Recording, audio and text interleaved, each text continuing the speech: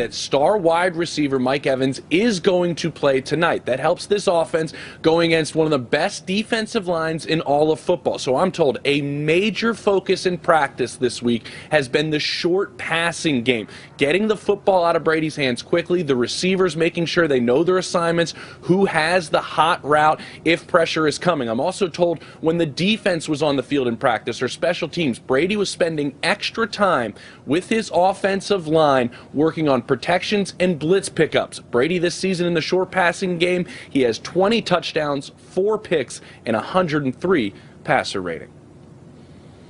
The future unclear in the Patriots' career of Tom Brady. Intercepted by Logan Ryan. A pick 6 to end it. Doesn't look like the face of a guy that's ready to retire. Kings and queens may shape the thrones, but we're the ones that hold the key to shape our hopes and dreams. All right, let's go, boys.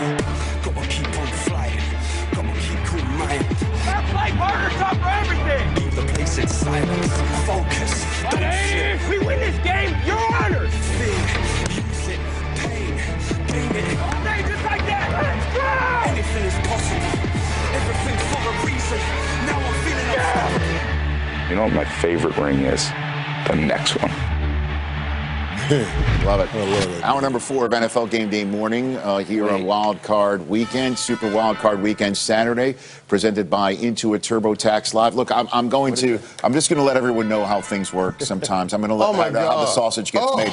You know, it's live television, right? And sometimes when we show all the players who are warming up for games, I'll take one, and then Mooch will take one, and then Kurt will take one, and Irv will take one. If you noticed, after Mooch, we showed Cole Beasley, and we just heard silence, right? Right. I jumped in, and I filled the void. Normally, we don't talk about stuff like that, but the reason why, first time in my career, I've been fortunate to do this for a quarter century now, live television. I've never had a fill-in for somebody who got out of the chair because he was making a wardrobe change. That actually just happened.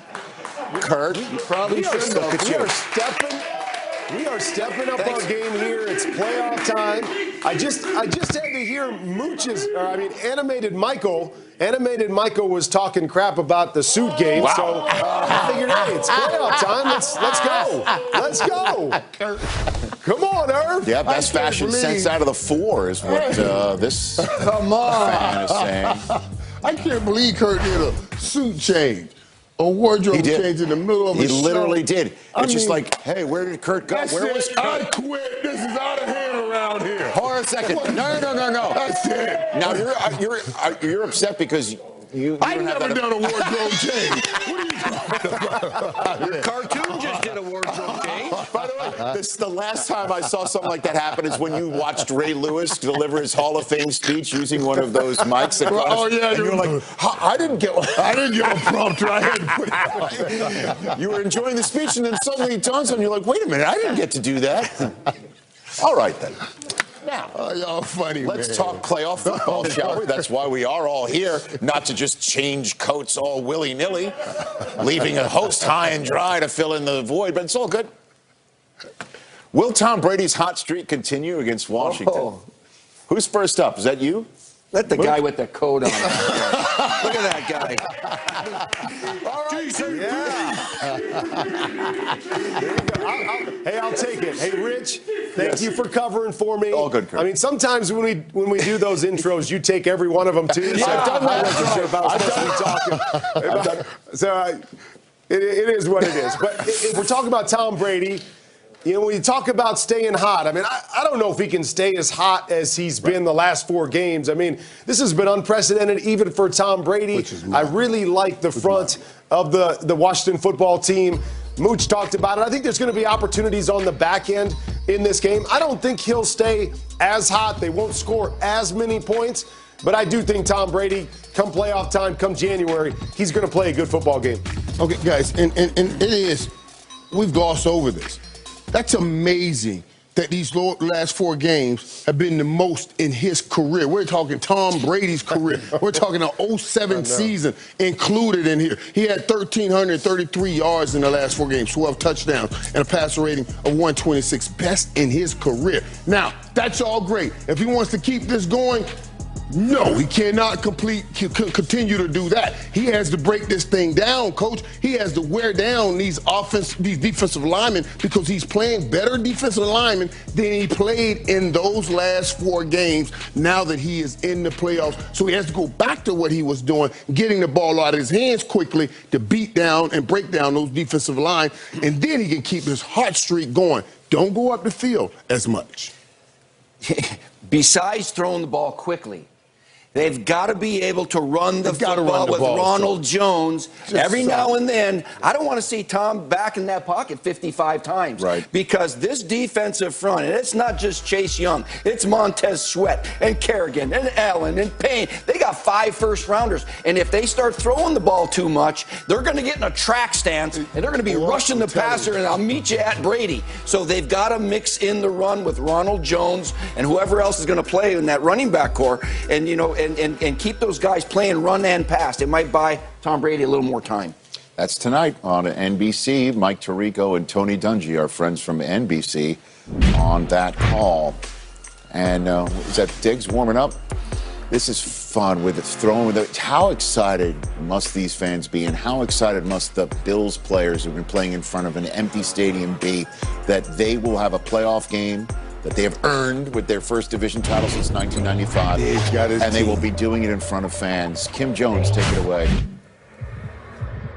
Yeah, Rich, I can't tell you how happy I am to tell you there are fans in these stands, and I think they're going to be loud. They're fired up, and during warm-up, Stephon Diggs interacting with some of those fans the first time he's gotten to see them in this stadium. The big question for the Bills today was the availability of Cole Beasley with the knee injury. He is active. I'm told Beasley is going to give it a go. It sounds like the Bills might watch him carefully, but they have their full contingent of wide receivers today. Meanwhile, back on January 3rd, 1993, when Frank Reich wasn't the Indianapolis head coach, he was a Bills quarterback back then, he orchestrated a comeback for the ages. So legendary that we set it to music. And Houston now leads 35-3. We can overcome, baby. We can overcome this. 4-man rush, drops back in the pocket, sails it long, all along, BB at the 10, the 5, in for the touchdown. Here is Wright, looking to throw, rolls out, throws, down there is Reed at the 5, in for the touchdown. And now the Bills are back in this game.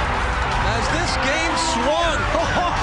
4th and 5 at the 18, there's the snap, he backs up, he looks, he throws, Reed, touchdown. It is pandemonium here at Rich Stadium.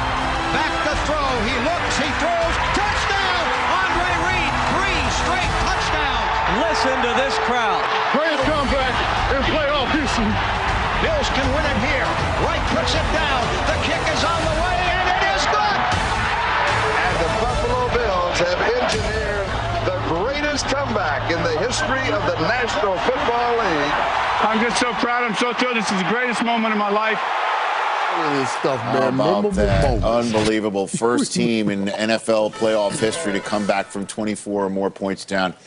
I was so happy. The second team to do it. Who's the second team to do it, Steve? Mount Mooch, yeah. 18-year anniversary this week. You came on my show to talk about it. The bummer moment for the New York Giants after you came back and all those penalties were flying except for one and all that. But anyway, it's a comeback for Frank Reich today.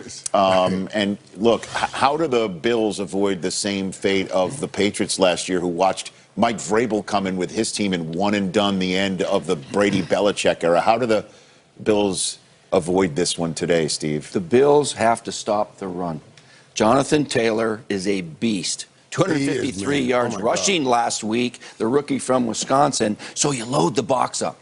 And while you're loading up the box, every now and then you got to blitz them. You got to pressure Phillip Rivers. They're as good as anybody at protecting that guy. But I think, Kurt Warner, that Tre'Davious White, he's a heck of a corner. Maybe he travels with T.Y. Hilton, and maybe they can play some man. They're not afraid of Phillip Rivers running for first downs like Josh Allen. He's going to play the game from the pocket.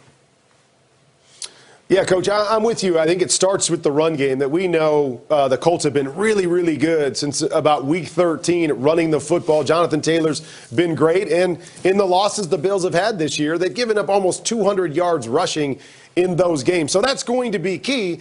But then I think the second part of that is, okay, if we can stop the run game, how do we attack that guy right there? Because he loves to get the ball out of his hands quickly. Can they take away some of that short stuff? Force him to throw the football down the field